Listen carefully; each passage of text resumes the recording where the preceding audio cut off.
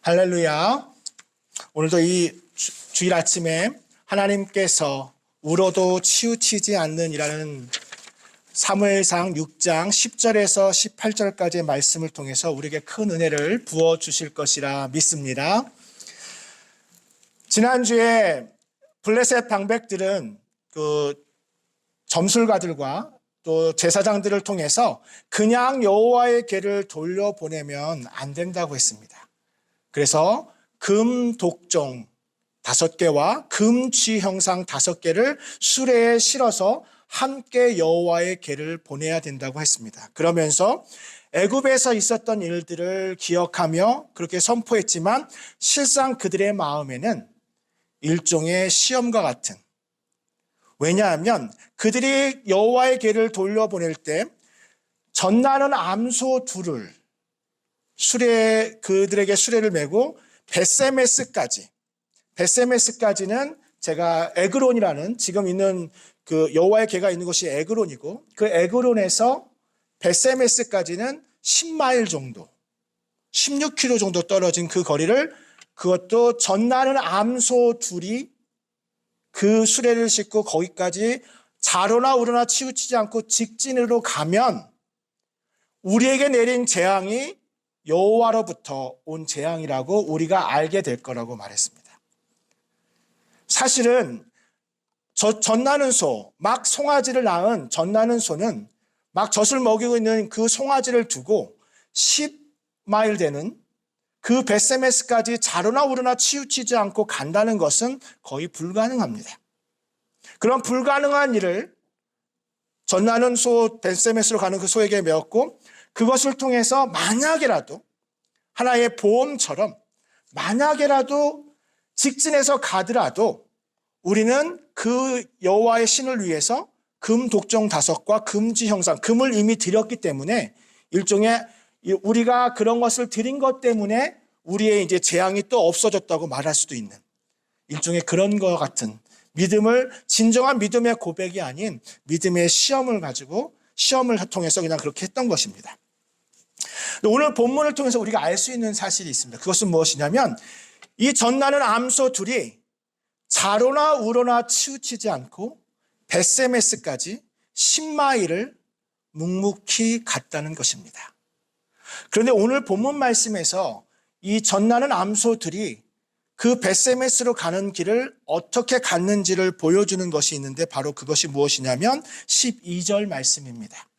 12절 말씀 제가 읽어드리겠습니다. 암소가 베세메스 길로 바로 행하여 대로로 가며 갈 때 울고 자로나 좌우로 치우치지 아니하였고 블레셋 방백들은 베세메스 경계선까지 따라가니라. 지금 전나는 암소 둘이 그 수레를 싣고 여호와의 궤와 금 독종 5개와 금지 형상을 싣고 베세메스로 향하여 가고 있는데 울면서 가고 있다고 합니다. 아마도 남겨둔 송아지들 때문일 것입니다. 남겨둔 송아지를 두고 베세메스까지 가야 하는 그 전나는 암소 둘은 눈물을 흘리며 가고 있습니다. 그런데 좌우로 치우치지 아니하고 가고 있다고 성경은 말하고 있습니다. 저는 사무엘서를 묵상하면서 말씀을 전하면서 사무엘서의 가장 중요한 원리 중에 하나, 그것을 제가 순종이라고 말씀드렸습니다. 사무엘서는 계속해서 하나님에 대한 순종을 이야기하고 있습니다. 그런데 이스라엘 백성들은 그 하나님에 대한 순종을 저버렸습니다.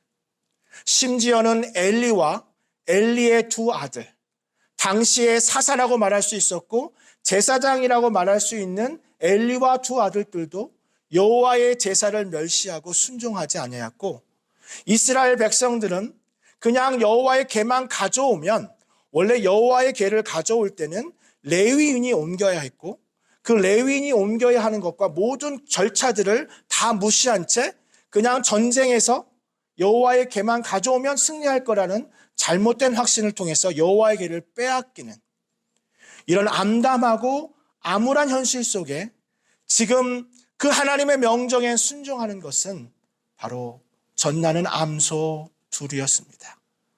전나는 암소 둘은 송아지를 집에 남겨두는 자신의 삶이 지금 어떻게 될지 모르는 그 가운데도 순종하며 벳세메스로 향하고 있습니다. 그래서 저는 순종에 대해서 우리가 하나님께 드리는 순종은 첫 번째, 바로 행하는 것이 순종입니다.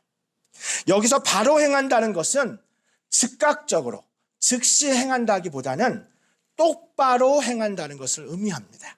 그것은 무엇을 의미하냐면 자로나 우로나 치우치지 아니한다는 것입니다. 바로 행하는 것, 자로나 우로나 치우치지 않는 것이 바로 순종입니다.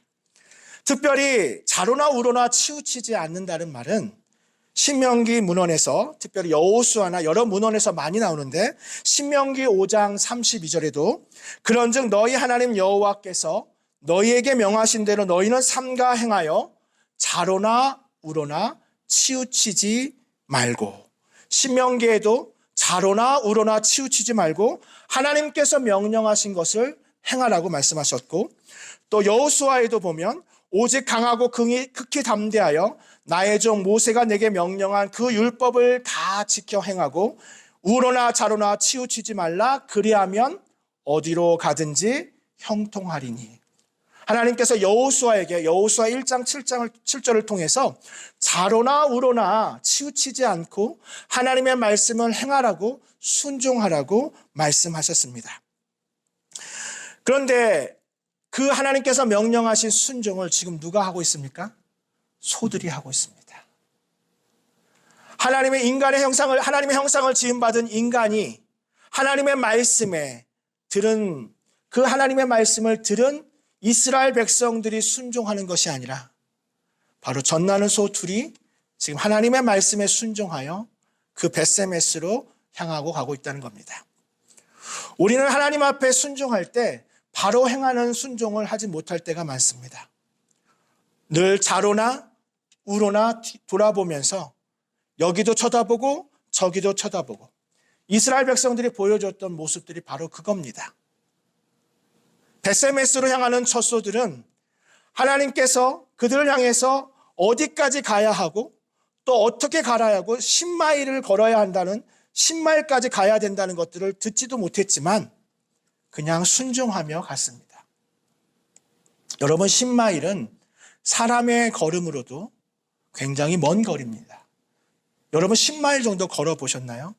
물론 10마일, 16km 정도인데요. 굉장히 오래 긴 거리입니다. 그것도 그냥 걸어가는 것이 아니라 수레를 메고, 거기 그 수레 안에는 여호와의 계와 금이라고 했는데 이 금이 얼마 정도의 양인지는 알 수 없지만 꽤나 무거웠을 것입니다.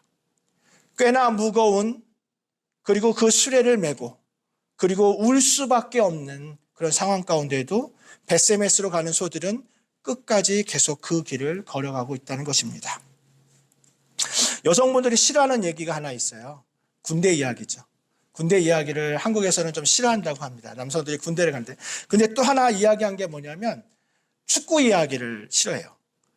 근데 또 여기 미국 상황이 좀 다르죠. 근데 또 제일 싫은 얘기가 군대에서 축구한 이야기죠. 그런데 중요한 이야기가 뭐냐면 군 생활을 할 때, 우리가 군 생활을 복무를 할 때 우리가 군대 생활 가운데 그렇게 힘들고 참 어렵지만 나라의 봉사를 하고 또 그 나라의 부름을 받고 가는 군대 가운데 그래도 전역한다는, 제대한다는 그런 날짜가 있기에 그런 시간들을 잘 견딜 수 있습니다. 만약에 군대를 갔는데 언제 나올지 모른다고 말한다면 그 생활이 얼마나 힘이 들겠습니까? 우리가 전역할 수 있다고 하는, 제대할 수 있다고 하는 것들이 우리 안에 큰 그래도 위안이 됩니다.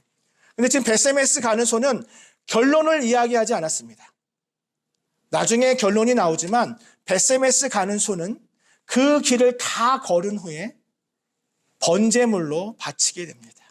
희생 제물로 바치게 됩니다. 전나는 자기 송아지를 두고 그리고 그 길을 벳세메스로 향해 걸어가는 그 길 가운데 벳세메스로 향하는 그 소들은 결론을 묻지도 않고 자신의 결과가 어떤지도 모른 채 그냥 울면서 그 길을 걸어가는, 바로 그것이 하나님께서 우리에게 말씀하실 때 묻거나 따지거나 자로나 우로나 치우치지 않고 하나님 말씀에 순종의 함을 분명하게 보여주고 있습니다. 두 번째로 보여주는 순종은 바로 울어도 행하는 것이 순종입니다. 울어도 행하는 것이 순종입니다. 소들은 계속적인 울음소리 안에 우리 안에 갇혀있는 새끼들에 대한 그리움을 표현하고 있습니다. 이렇게 울음소리는 곧장 벳세메스로 향하는 행로에 더욱 눈에 띄게 만들었을 것입니다. 그런데 우리 한글 성경에 나와 있지 않지만 행하여 데리러 가며 갈 때에 자루나 우러나 치우치지 아니한다는 이 말만 나오지만 성경에 보면, 영어 성경에 보면 벳세메스로 가는 소들이 내내 그 길을 걸어가는 내내 울었다고 합니다. 즉 10마일을 울면서 그 길을 걸어갔다는 것입니다. 때로는 우리의 삶 가운데 감정적으로 슬플 때가 있고 마음이 어려울 때가 있습니다. 그런데 순종은 감정에 의해서 하는 것이 아닙니다. 우리의 순종이 우리의 감정에 의존한다면 감정에 따르지 않을 때는 우리는 순종보다는 변명을 하게 됩니다. 순종하면 길이 보이지만 불순종하면 변명이 보입니다. 내가 하지 않아야 될 이유들이 보이게 됩니다. 훗날 사울이 보여준 모습이 바로 그렇습니다. 사울이 하나님 앞에 순종할 때 하나님의 말씀 앞에 울어도 순종하는 것이 아니라 사람들이 이렇게 말하면 마음을 바꾸고 내 감정이 이렇게 느껴지면 바꾸고 진정한 순종은 울어도 행하는 것이 바로 순종입니다. 뒤도 돌아보지 않고 자신의 감정이 눈물밖에 흘릴 수밖에 없는 상황이지만 그 상황 가운데에도 남겨둔 송아지를 두고 가는 그 아픔 가운데에도 끝까지 순종하는 벳세메스로 향하는 그 소가 보여주는 것은 바로 울어도 행하는 것이 순종이라는 것입니다. 김현승 시인이 있습니다. 저는 개인적으로 좀 김현승 시인을 좋아합니다. 가을에는 기도하게 하소서, 그리고 또 아버지의 마음, 또 사랑의 동전 한 푼이라는 시를 쓴 김현승 시가 있는데요. 특별히 또 눈물이라는 시가 있습니다. 제가 눈물이라는 시를 잠깐 읽어드리겠습니다. 더러는 옥토에 떨어지는 작은 생명이고저 흠도 티도 금가지 않은 나의 전체는 오직 이뿐 더욱 값진 것으로 드리라 하올제 나의 가장 나종 지닌 것도 오직 이뿐 아름다운 나무에 꽃이 시듬을 보시고 열매를 맺게 하신 당신은 나의 웃음을 만드신 후에 새로이 눈물을 지어 주시다. 김현승 시인의 눈물이래 나오는 대목입니다. 김현승 시인이 이 눈물이라는 시를 썼을 때는 사랑하는 자식을 잃은 슬픔 가운데 쓴 시입니다. 김현승 시인이 자식을 먼저 잃었는데 그 자식을 잃을 슬픔 가운데 눈물로 이렇게 말합니다. 나의 웃음을 만드신 후에 새로이 눈물을 지어주시다. 하나님에 대한 믿음으로 자식을 잃은 슬픔을 하나님의 섭리로 받아들이며 부정적인 의미의 그 눈물에 순수 열매의 의미를 부여하여 눈물이 하나님이 주신 선물로 받아들이면서 가치 있고 순결한 삶을 다짐하는 글이 바로 이 순종 그 눈물이라는 김현승님의 시인입니다. 슬픔을 눈물 가운데 극복하고 있습니다. 사랑하는 성도 여러분, 우리의 인생 가운데 눈물을 흘릴 때가 있습니다. 그러나 그 눈물 가운데에도 우리는 순종해야 합니다. 왜 그렇습니까? 바로 그 눈물을 하나님께서 기억하고 계시기 때문입니다. 제가 좋아하는 시편 56편 8절 말씀에 나의 유리함을 주께서 계수하셨으니 나의 눈물을 주의 병에 담으소서 이것이 주의 책에 기록되지 아니하였나이까. 나의 눈물을 주의 병에 담으소서. 시편 56편은 다윗이 블레셋에 잡혀 있을 때 쓴 시입니다. 다윗은 블레셋에 잡혀 있었습니다. 한번 생각해 보십시오. 그의 인생의 10대와 20대, 학자들마다 견해는 다르지만 거의 한 10년 이상을 사울에게 쫓겨다니는 인생이었습니다. 이스라엘 전역을 다 돌아다녀도 더 이상 갈 수 없는 도망갈 수 없는 그곳에 이르게 되자 결국은 블레셋까지 갈 수밖에 없는 상황이었고, 그 블레셋에서도 미친 척을 하며 겨우 생명을 유지할 수밖에 없는 그 상황 가운데 다윗이 고백한 것이 무엇입니까? 나의 유리함을 주께서 계수하셨사오니. 즉 다윗의 인생 가운데 눈물을 흘리며 슬퍼했던 그 모든 시간들을 하나님께서는 다 기억하고 계신다는 것입니다. 그리고 우리의 눈물을 주의 병에 담으신다는 것입니다. 주의 책에 기록된다는 것입니다. 그러므로 우리는 하나님의 말씀 앞에 순종하며 때로는 우리의 눈물까지 흘릴 수밖에 없는 그런 상황 가운데도 바로 우리는 순종해야 하는 것입니다. 마지막으로 울어도 치우치지 않는 순종은 세 번째로 우리의 생각을 넘어선 순종입니다. 우리의 생각을 넘어서 우리의 계획을 넘어선 순종이 바로 벳세메스로 향하는 두 소가 보여준 순종입니다. 우리는 벳세메스가 종착지인 것을 알고 있었습니다. 그러나 전나는 소들은 자신의 종착지가 어딘지 몰랐지만 좌우로 치우치지 않고 끝까지 갔을 때 여호수아의 집, 큰 밭, 큰 돌 앞에 그 벳세메스 소는 멈추게 됩니다. 그런데 성경은 뭐라고 말하냐면 수레가 14절 말씀입니다. 수레가 벳세메스 사람 여호수아의 밭 큰 돌 있는 곳에 이르러 선지라 무리가 수레의 나무를 빼고 그 암소들을 번제물로 여호와께 드리고. 여호수아의 큰 밭 앞에 큰 돌이 있었습니다. 여기서 여호수아는 우리가 아는 그 여호수아의 그 밭이 아니라 벳세메스 사람 여호수아입니다. 당시에 여호수아는 남성 중에 큰 이름 중에 흔한 이름 중에 하나였습니다.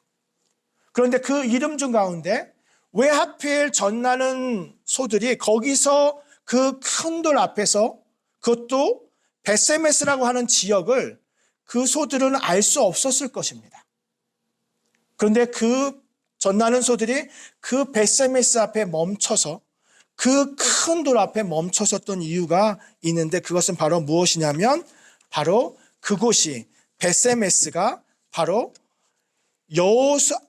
하나님 앞에 레위인에게 받은, 레위인이 부여받은 땅 중에 하나입니다. 제가 아까 말씀드렸습니다. 여호와의 궤를 옮길 때, 그 여호와의 궤를 내릴 때는 레위인들이 옮겨야 했습니다. 블레셋 사람들은 그것을 알고 벳세메스로 보낸 것이 아니라 에그론에 있는 지역에, 에그론에서 벳세메스까지 가장 가까운 지역이었고, 그리고 에그론에서 블레셋 사람들이 가장 넘보는 땅이 뭐냐면 벳세메스 땅입니다. 벳세메스는 태양의 집이라는 뜻이 있습니다. 태양의 집이라는 뜻이 있는 그 벳세메스를 블레셋 사람들은 그 지역을 넘보고 있었고 나중에 블레셋의 영토가 되고 지금도 벳세메스는 팔레스타인의 땅입니다.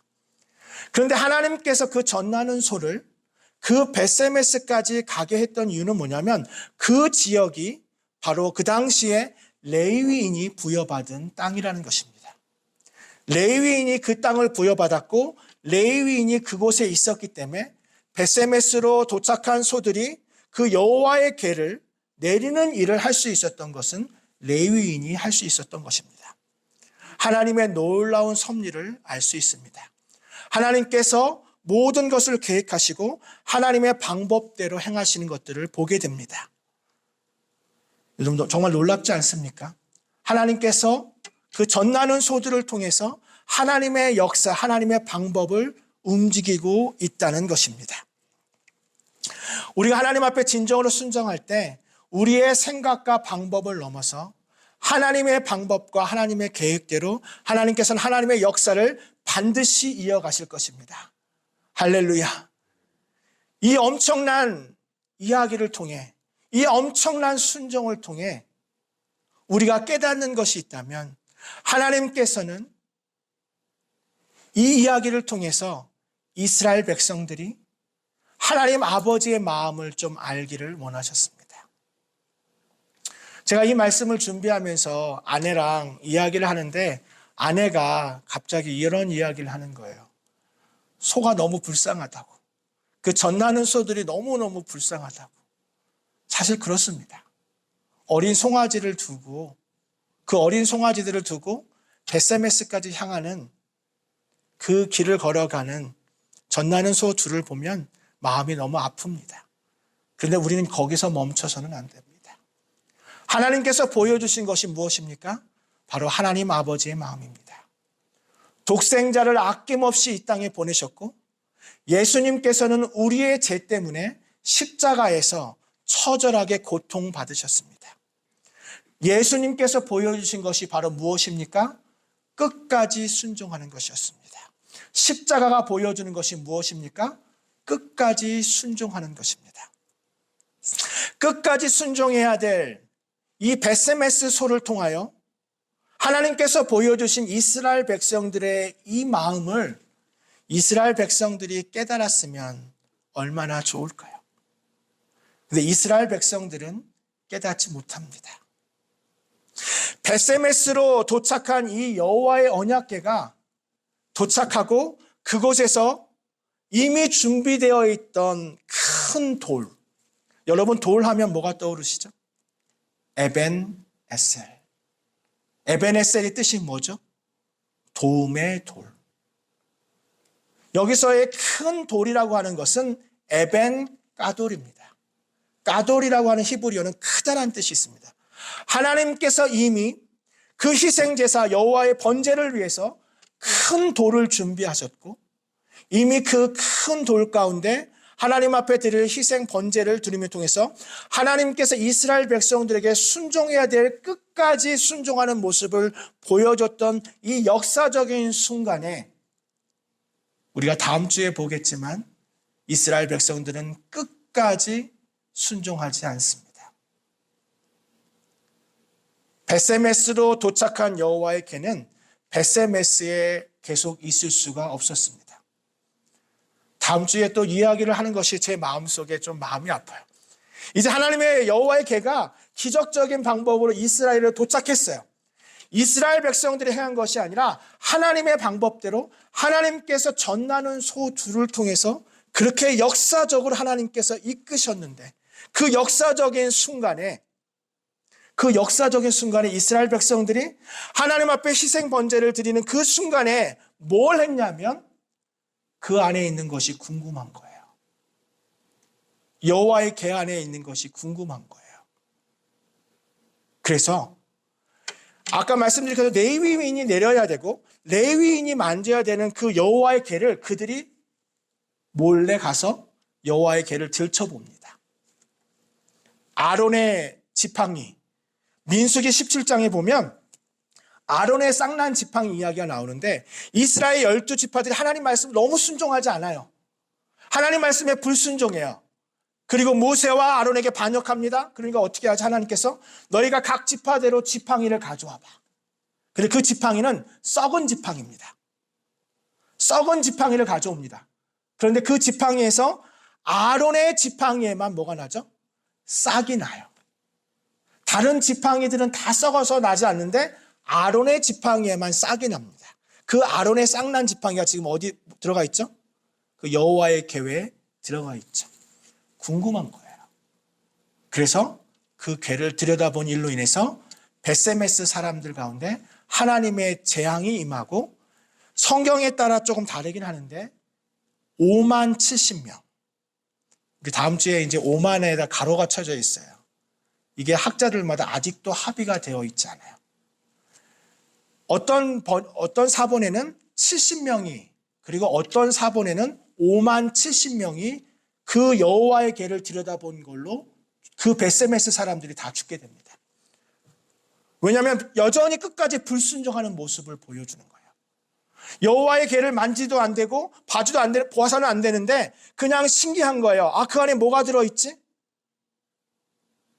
그로 인해서 봤는데 벳세메스 사람들이 당시의 사람들이 그 지역에 몇 명이 살았는지 알 수 없지만 그렇게 큰 성읍이 아닙니다.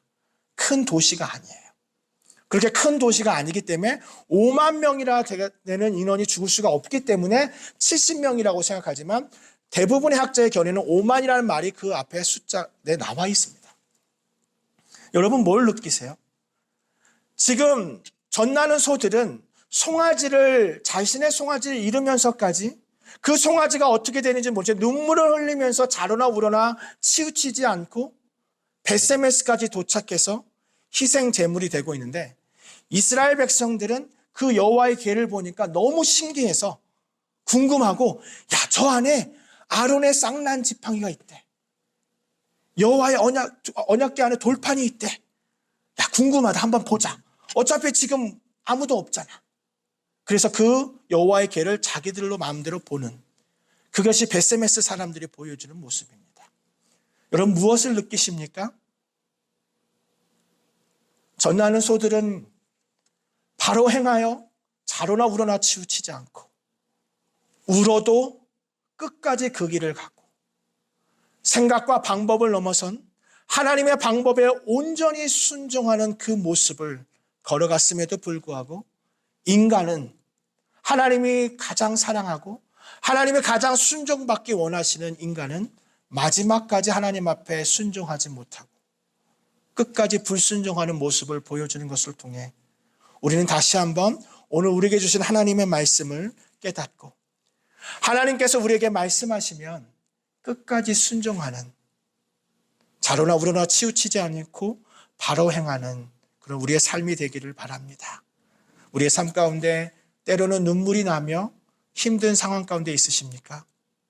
여러분 상황 가운데 힘든 상황이 있지만 우리 예수님께서 십자가에 끝까지 순종하심으로 우리에게 영생을 주시고 영원한 생명과 임마누엘의 축복을 주신 것처럼 우리도 마지막까지 순종하는 우리의 삶이 되기를 주님의 이름으로 축원합니다.